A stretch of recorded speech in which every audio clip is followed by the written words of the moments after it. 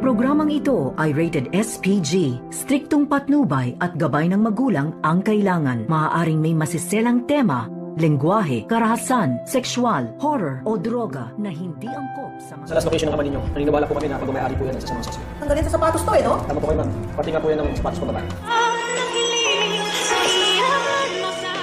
Agad naman nagtungo itong si Giselle at RJ sa presinto at kasama na nga dito itong si Annalyn. Nang tawagan nga sila ng pulis na kumukuha nga dito sa fingerprint dito ni Zoe at napag-alaman na nga nila ni Giselle at RJ na iisa lamang daw ang may-ari nang nagkaroon ng match itong fingerprint dito at dito sa medical supplies na kanilang nakuha.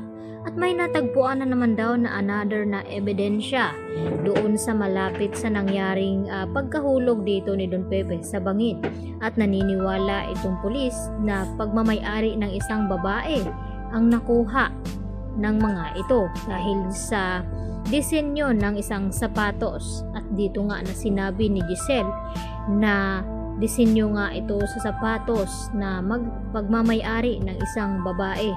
Kaya agad naman na mas naragdagan pa ang kanilang kutob na baka si Moira nga daw at itong si Zoe ang salarin. At nagtanong itong si RJ at itong si Giselle kung kaninong fingerprint nga ba ang nagmatch, kay Zoe nga ba o kay Moira. At agad naman nagulat ang mga ito nang sabihin sa kanila ni Chef Gonzaga na kay Zoe ang mga fingerprint na kanilang nakuha at 100% na nagka-match. At dito pa naman na agad na tumawag itong si Manang Silya at ibalita dito kay Giselle na may sapatos daw na narito sa bahay ni RJ na agad naman na nakaagaw pansin sa kanya dahil kabago-bago daw ng sapatos na ito ay nasira agad. At pinikturan naman ni Aling Silya at ipinadala dito kay Giselle. At agad na umuwi itong si Giselle upang makumpirma niya kung kay Zoe nga ba ito. At dito nga nagulat itong si Giselle nang mapagtanto na kapariho ito sa ebidensya na ibinigay ng mga pulis sa kanila. At wala nang duda, kumpirmado na ni Giselle na ito ngang si Zoe ang isa sa mga mastermind ng nangyari dito nga kay Don Pepe.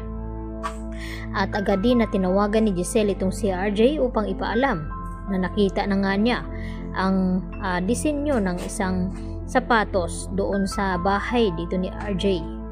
At dito naman na nabalitaan ni Moira na nakarating na nga dito kina Giselle at RJ ang resulta di umano ng fingerprint dito ni Zoe. At gulat na gulat naman itong si Moira at hindi na nga siguro nila magagawan pa ng paraan. At gustong gusto na nga ni Zoe na umamin daw dahil hindi daw siya titigilan ni Don Pepe na takutin at konsensyahin hanggang hindi siya aamin. At dito naman nagalit ng husto itong si Moira kay Zoe na kahit anong mangyari ay wag daw ilagay ni Zoe sa alanganin ang kanilang mga sarili at wag daw siya aamin dahil tatakasan na lamang daw nila itong mga ebidensya na hawak ng mga pulis ngayon. At mas nadagdagan pa itong problema ni Moira at Zoe dahil sa hindi alam ni Zoe na may nakuha ngang ebidensya ulit itong mga pulis sa nangyari ngang pagkahulog ni Don Pepe doon sa bangin. At naniniwala ito na malakas ang ebidensya na ito dahil sa sapatos nga mismo ni Zoe na nakuha nga nila ito. Kaya agad naman na hanggang umiyak na lamang ang ginagawa ni Zoe dahil sa marami na ngang ebidensya na nakuha itong mga pulis, kaya malabo na nga matatakasan pa dito ni Zoe at Moira ang mga ebidensyang hawak ng mga kapulisan ngayon.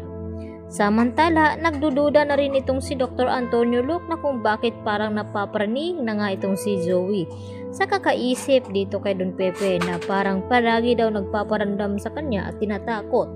At nang pasukin nga nila ito dito sa ICU ay dito na naman na tinakot itong si Zoe at namaligmata na nagkamalay na nga itong si Don Pepe at dito nagumanti sa kanya at hinawakan siya ng mahigpit.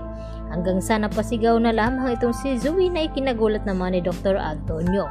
Kaya yan naman ang ating pakaabangan mamaya mga kapuso dahil kabado na nga ngayon itong si Moira at Zoe sa mga hawak na ebidensya na nakita na nga dito nila RJ at Giselle At wala na nga duda na may kinalaman nga itong si Zoe at Moira. Yan lang po at marami pong salamat sa inyong panonood.